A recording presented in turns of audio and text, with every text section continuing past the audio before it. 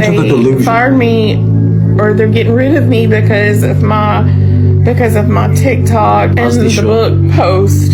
Somebody screenshot a lot of my TikToks, wrote a nasty letter, and in my Facebook, screenshot those and mailed them to the office, to my boss. I don't know what I'm gonna do. I got up early this morning. I think it's unfair that somebody would be that malicious to do that to me.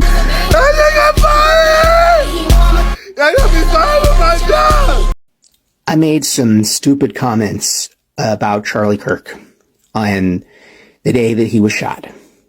I said some things on Blue Sky and on Threads that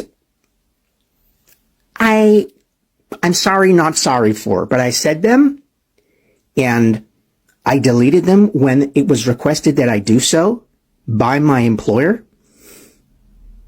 And then today on a weekend, I'm told that I am no longer employed at Microsoft.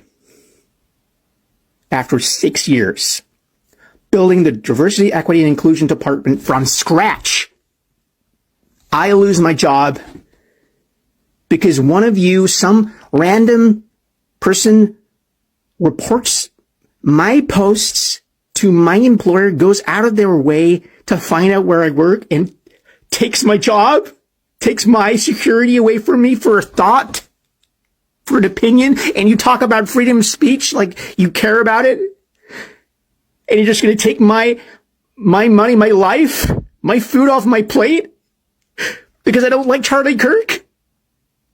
That's not okay. It is not okay to target me because I felt joy that day. I can't help how I feel. I felt joy. That's me. That's what I believe. That's what I think of him. I can't help that. I just had to block all of my friends because they just have such different political beliefs from me, and I thought that we were the type of friends who would live together someday after college and like stay in touch no matter what, and I thought these were the people that I would spend my life with and grow old next to. Washington Post just fired their last full-time Black opinion writer, Karen Attia, for a post she made on Blue Sky directly quoting Charlie Kirk, okay? The tweet or the post said, in quotes, "Black women do not have the brain processing power to be taken seriously. You have to go steal a white person slut, Charlie Kirk." Okay, that's all she wrote. And then she got hastily fired by the Washington Post, which is disgusting. What sense of journalism do we have if you get fired for quoting somebody? That is not an opinion. That's a quote from Charlie Kirk. It is an opinion from Charlie Kirk, but it's not opinion from the author, okay? I hope that she gets a lawyer and sues. And that's crazy because the Washington Post's little tagline was, "Democracy dies in darkness." And that's what they're doing. And all I know is that Katharine Graham, who led this newspaper during the Watergate scandal, would be ashamed of what the Washington Post is doing.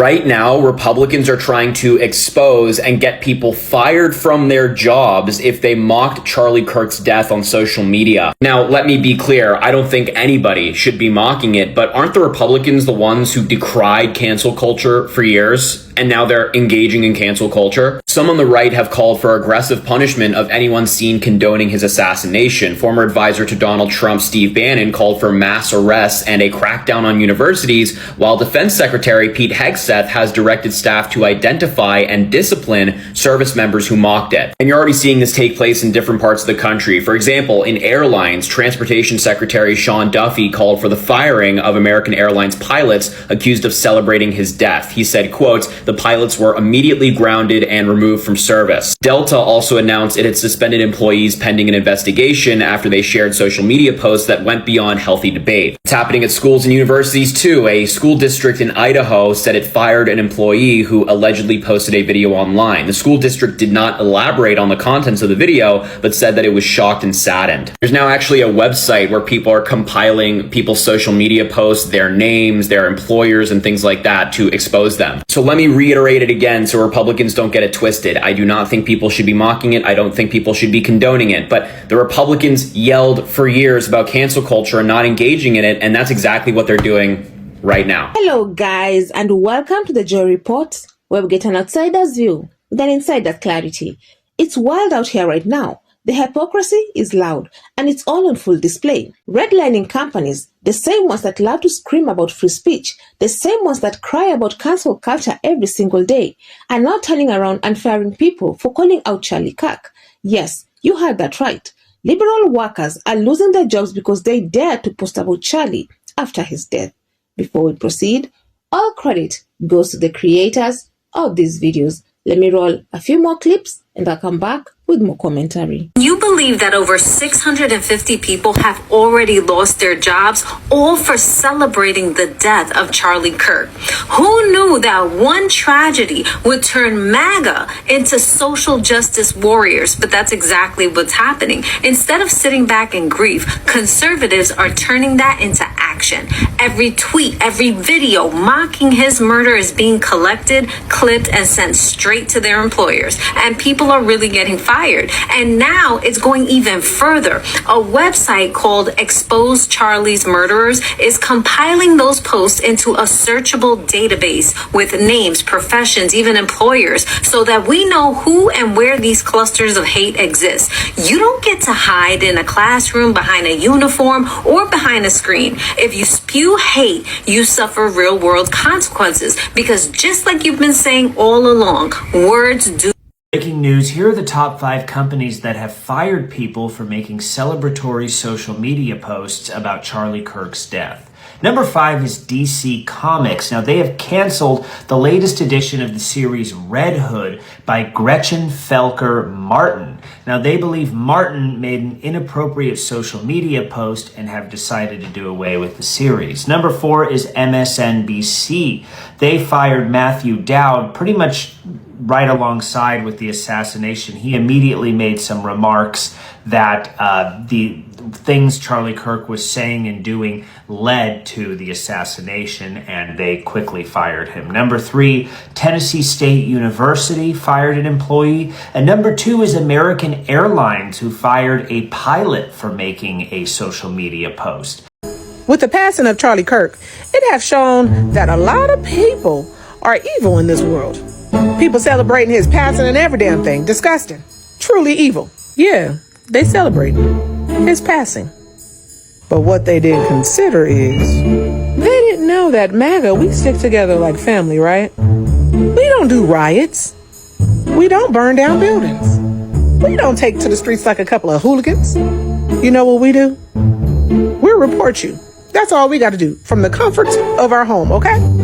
None of all that fighting and all that taking to the streets. We don't got to do that. We got to go to work in the morning. We don't got to do that. You wake up and you see a pink slip as soon as you walk into your job and you don't have employment no more. Just understand, we stick together like family, okay? So keep on disrespecting a man passing, which is truly disgusting. And we just gonna have to keep on, letting people know who you are. That's it. That's all. Let's be clear. Nobody is defending violence. Nobody is saying what happened to him was right. But when people criticize his track record, his history of racist rhetoric, his bigotry, and the harm he caused communities, suddenly that became grounds for termination.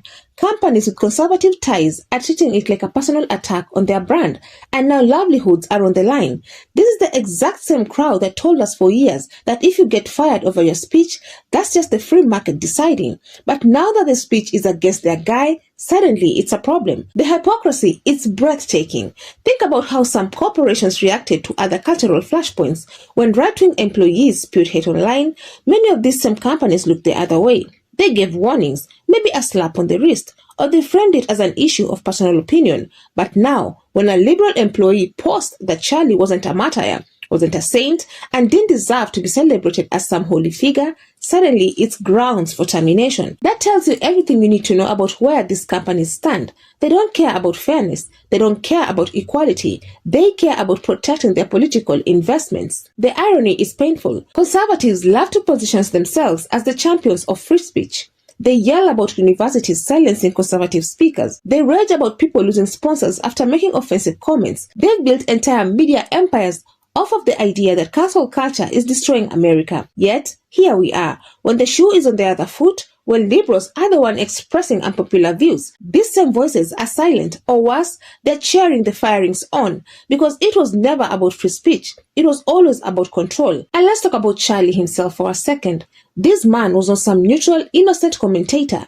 He built his career on demonizing liberals, spreading conspiracy theories, and fueling division. He targeted marginalized groups, painted young progressives as enemies of the country, and made his name off of culture war talking points. But now, after his passing, the narrative being pushed is that he was some kind of martyr.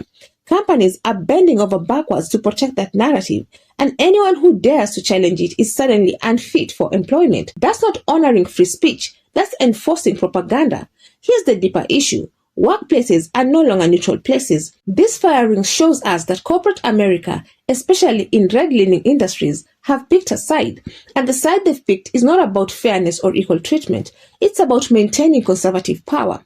If you work in these environments and your values don't align, you're walking on eggshells. You can do your job perfectly, you can keep your head down. But the moment you express an opinion that challenges conservative icons, your livelihood is in jeopardy.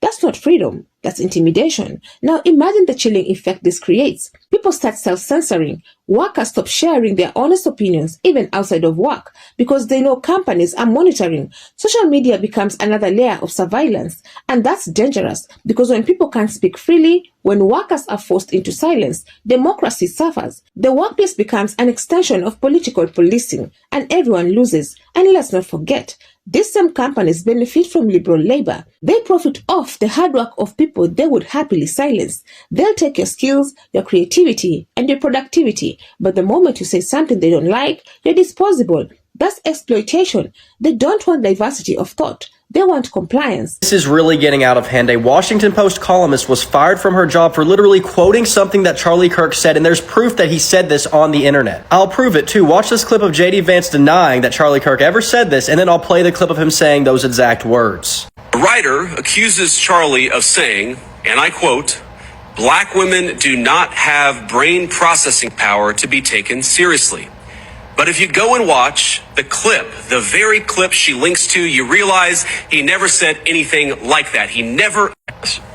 They're coming out and they're saying, I'm only here because of affirmative action. Yeah, we know.